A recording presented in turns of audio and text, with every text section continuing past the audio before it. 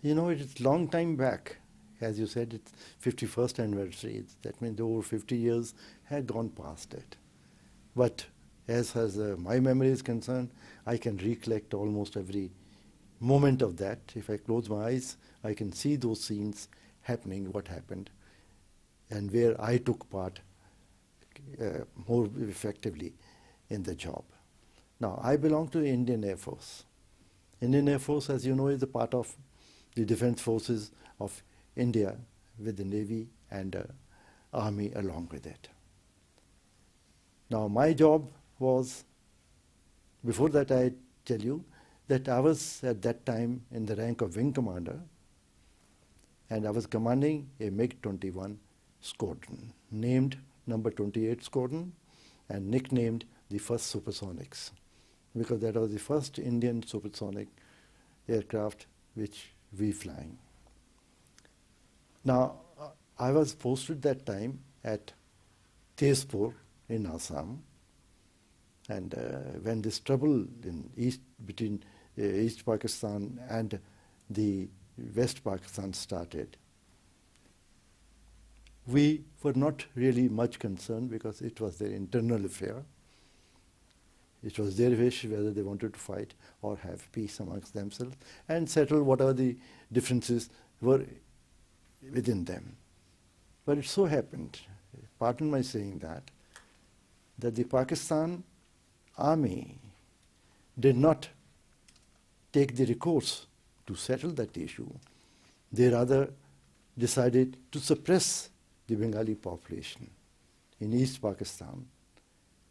And their president then, General Yahya Khan, he had given a dictate. He says, if you can carry it, and if you can kill 3,000 Bengalis, they will all fall on their knees and beg you for whatever you want. Well, that didn't work out that way, because when the suppression of the Bengalis started in March, somewhere to be precisely on 25th March, when Operation Searchlight was launched. After that, the kind of massacre, brutalities, murders of students and intellectuals started taking place. It still didn't bother India, bother in the sense that India did not consider that they should intervene in any form. But unfortunately, what happened? In spite of not being wanted to be involved in that war, we got sucked into it. How? Because as soon as the brutality started in East Pakistan, army put their foot down and started crushing the Bengalis in Pakistan. They started running away from the country and entered from east and western borders into India as refugees seeking refuge in our country. Now, to start with, it was a humanitarian issue as far as we were concerned. We got them in our camps, looked after their health, looked after their food, looked after their protection, and all kind of things. But we could tolerate that only to a limited extent. Finally, as you know, there were 10 black people plus walked into our country, and becomes economically very difficult for India to sustain indefinitely. We could have done it for a while, month or two, but Pakistan was not interested in getting them back or encouraging them to come back to Pakistan. As a result, we knocked at the doors of the superpowers and the other countries, including the major Muslim countries, but no one came to our help. They gave us only lip service and extended nothing else to degrade our difficulties which were coming up, which were not only of paying for their food and upkeeping, but it was also causing certain disabilities or what you call it, instability in our country politically. If you ask me individually how I got involved, well, I was commanding a MiG-21 squadron, which was the forefront fighter of the Indian Air Force. And we got sucked into, as I said earlier, and we got committed in fighting for the cause of the East Bengalis in this sector. To start with, we wanted them only to take care that they don't go to the extent that we had to go to war with them. Oh, it happened in December 3rd, specifically. We were still at Tezpur on 3rd December. I was in my squadron. We were doing night flying at that time.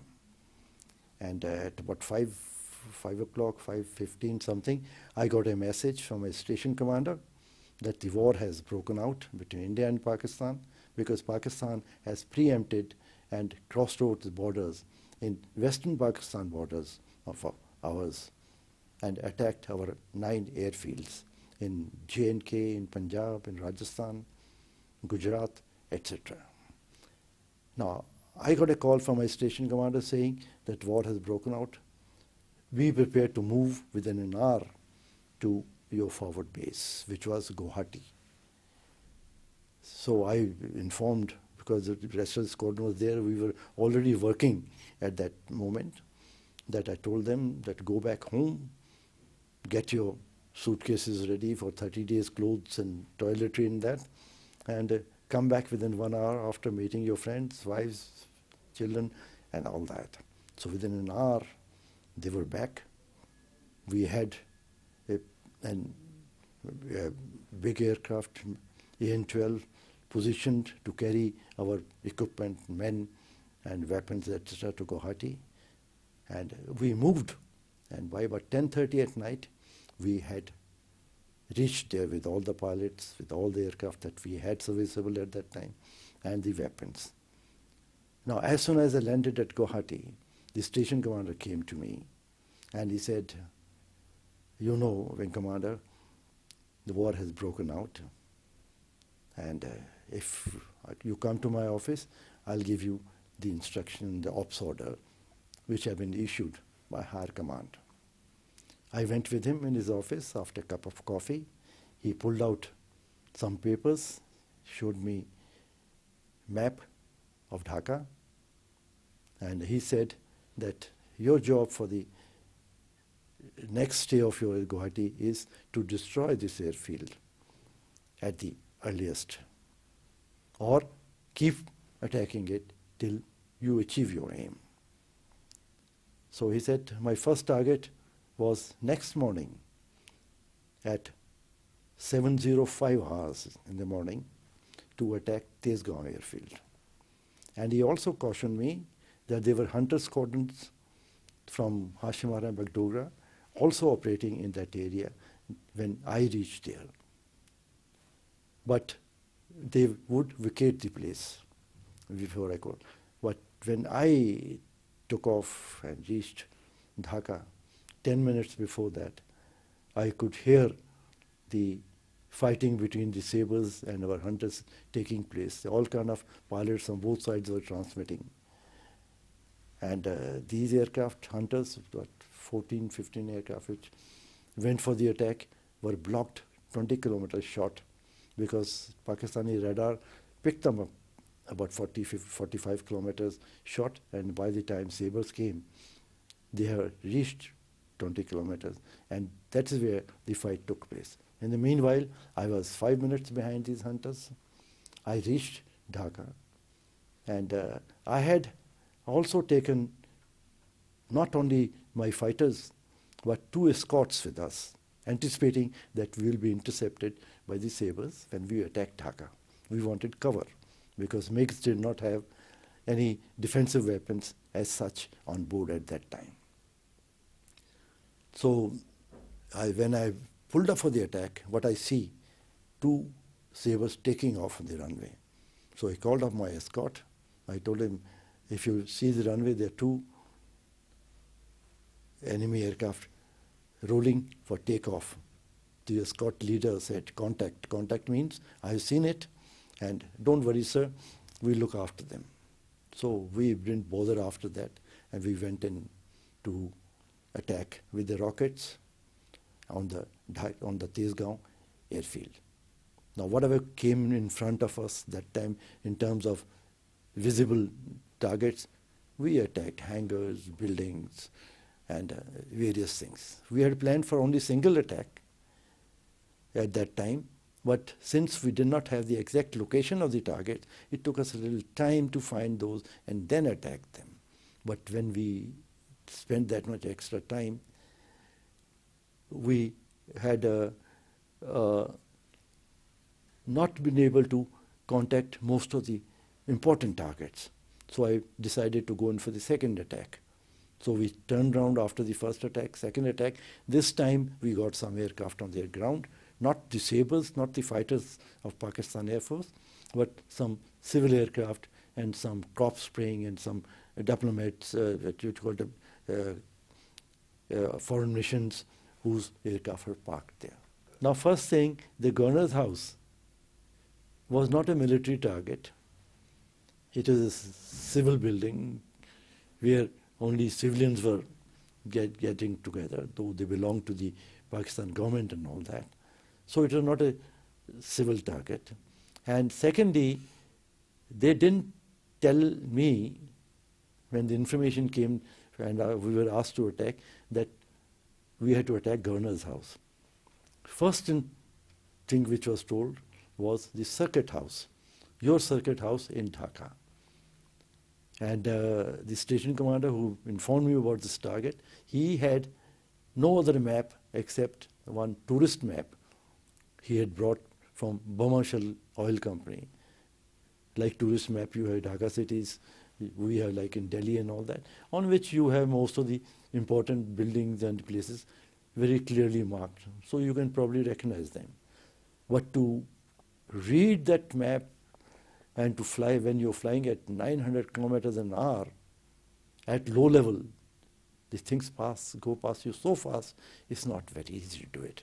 Anyway, we studied the map thoroughly before a takeoff. We decided how we are going to do that, and then we went to the aircraft to take off. As I had started rolling the aircraft to go to the runway, I saw one officer from distance coming running, and he had one paper in hand, and above his head he's waving like this. So I stopped the aircraft. I asked him, I said, what is this? He said, sir, there's a change in target. It's not the circuit out, it's the governor's house. So I asked, now where the hell is this governor's house? He said, I don't know, you have the tourist map, look up on that. Now, I was leading the formation of these mega aircraft. That means it was my duty to reach them to Dhaka, up to the pull-up point, and then once they can see the target, they will attack. So I was to navigate, I was to fly, I was to communicate other messages which is coming and going. Now, I had hardly any time to look up the map, because the map we had studied for other target. Anyway, after 5 minutes after the takeoff, I pulled out that map from my overall pocket and started searching for the governor's house. I found no governor's house on the map. Now, neither on the list, no building named as such. Now I was in a very dilemma of the kind that here I'm the squadron commander, MiG-28 squadron, here's my government has given me a job to do it, and here I don't know. I have taken up where the place I'm going to go. So, started looking for it, didn't find it. So I put the map in the pocket, hoping like hell that some miracle will take place and we'll find out. And then another 5-7 minutes later, it occurred to me, there has to be, that building can't be missing from the map. It might be some other way it has been defined probably on the map. So I started looking again. And this time I found a place, not the governor's house, but the government house. And then I looked around there, I found no other similarity in any other building which are marked there. So I thought that this was the target, which was next to the Tesgaon airfield, southeast,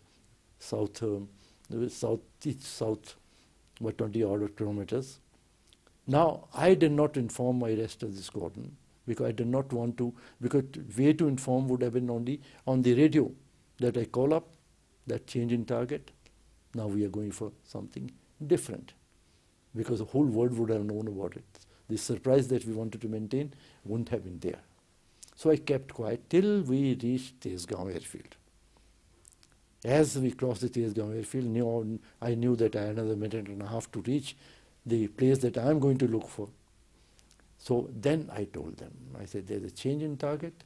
Our target is not Circuit House. Repeat, not Circuit House. It is the governor's house, which you'll see after a minute on your left somewhere. Look out for it. As we proceeded, I could see now a big, huge complex with big lawns, well spread, some cars going in with the military flag, etc. Coming out on our left. We were flying at what, 150 feet or so off the ground.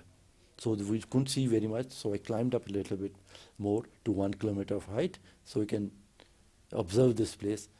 And this place looked very much like the places we had in India, in British Raj.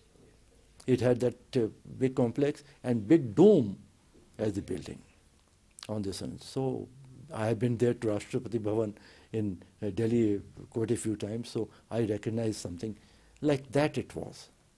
Now the second question came in, that in such a complex, we found that all right, but where the hell is this circuit house? This conference house? There's hundreds of rooms around there. It could be in any place. Where to find that? Once again, the memory of Rashtrapati Bhavan in Delhi came to mind, because I have been to under the dome of Rashtrapati Bhavan. So I thought that this probably is below this dome only. So I indicated to them that we are going to attack this place. This is the target. There was no other target that I could have gone at that stage, having come 300 kilometers inside East Pakistan that time. Anyway, we attacked. I attacked first, and I selected my target just below the dome. There was a roof, flat roof extending towards the direction that we were approaching. So I aimed below the dome, let my first 16 rockets go, and they all hit just below the dome. I could see the dust flying and sparks coming out from there. I asked my other pilots also to attack around that area. Now, we did first one pass.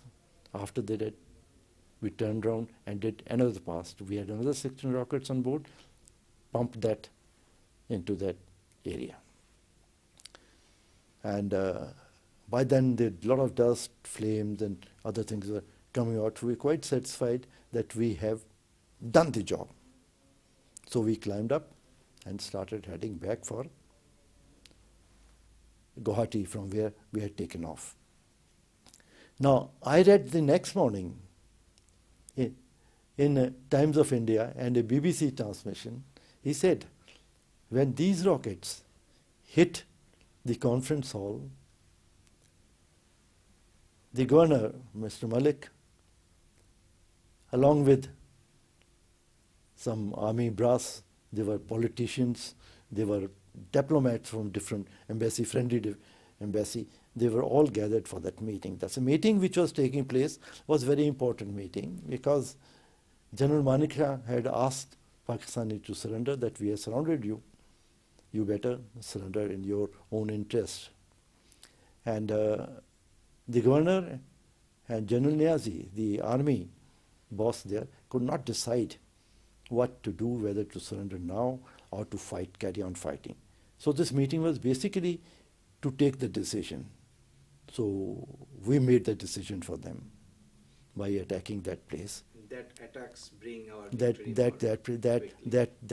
That way, General Malik, your Governor Malik, surrendered.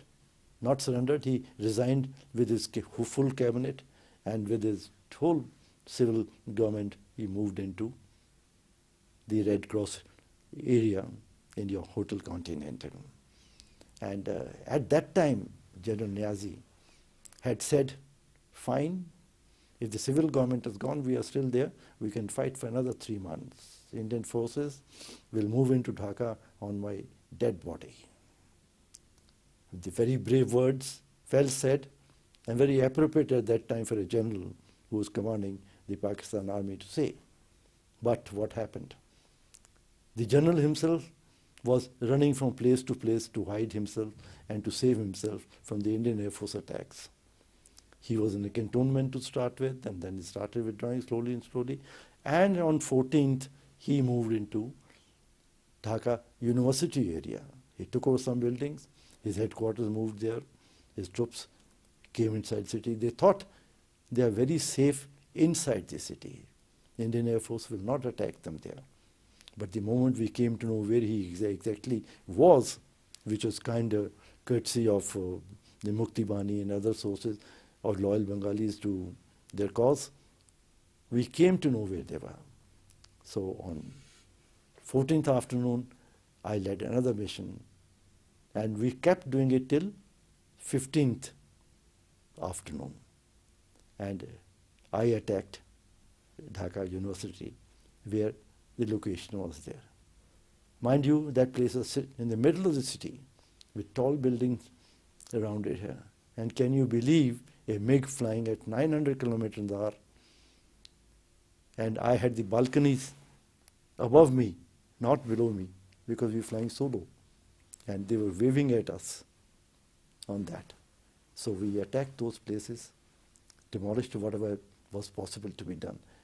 And now General Niazi decided that his day was over, he probably would have to surrender. And Manesha had told him that remember what you had done to the Bangladeshis, the population, during the last 9 months. And if you don't surrender now, and they reach before us into Dhaka, you will know what they will do to you. So he again showed his bravado for a while, but in few hours' time, he succumbed and surrendered with 93,000 prisoners of war.